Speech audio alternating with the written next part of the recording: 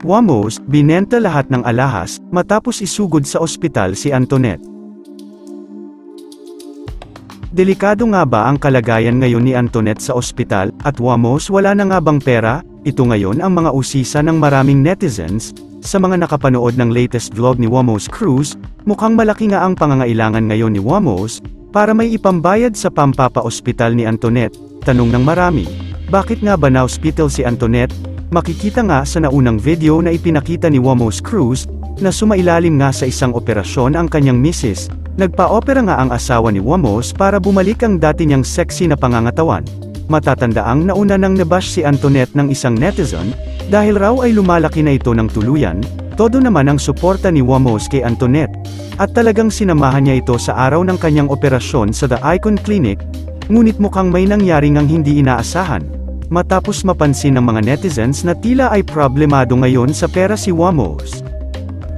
Matatanda ang 2 ulit ng sumailalim sa matinding cosmetic procedure ngayong taon, si Antoinette, matapos lamang niyang manganak.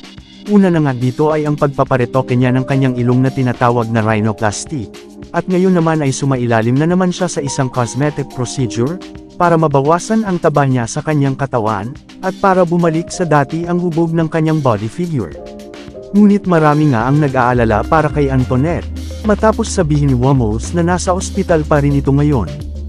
Lalo pang ang nababahala ang mga netizens nang maglabas ng video si Wamos nitong nagdaang araw, kung saan ibinahagi niyang ibenta na nga niya ang mga alahas nila.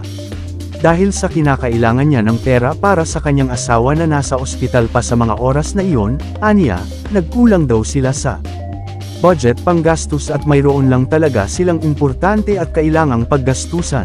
Sa kaparehong video, ipinakita niya ang mga ibebentang alahas at diamond, na kalaunan ay dinala sa kakilala niyang si Boss Toyo. Doon nga ay nabenta niya ang lahat na dala niyang mga alahas, aniya, kahit di ganoon kalaki ang presyo.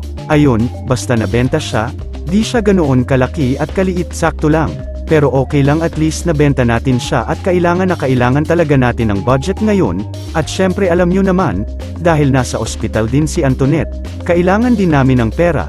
Samantala, marami namang netizens ang hindi nagustuhan ang pagpaparetoke ni Antoinette ng kanyang katawan. Sana raw kasi imbes na gumastos ng milyones ay idinaan na lamang umano sa natural na paraan, ang pagpapayat ni Antoinette na mas safe at mura pa umano. Komento ng mga netizens.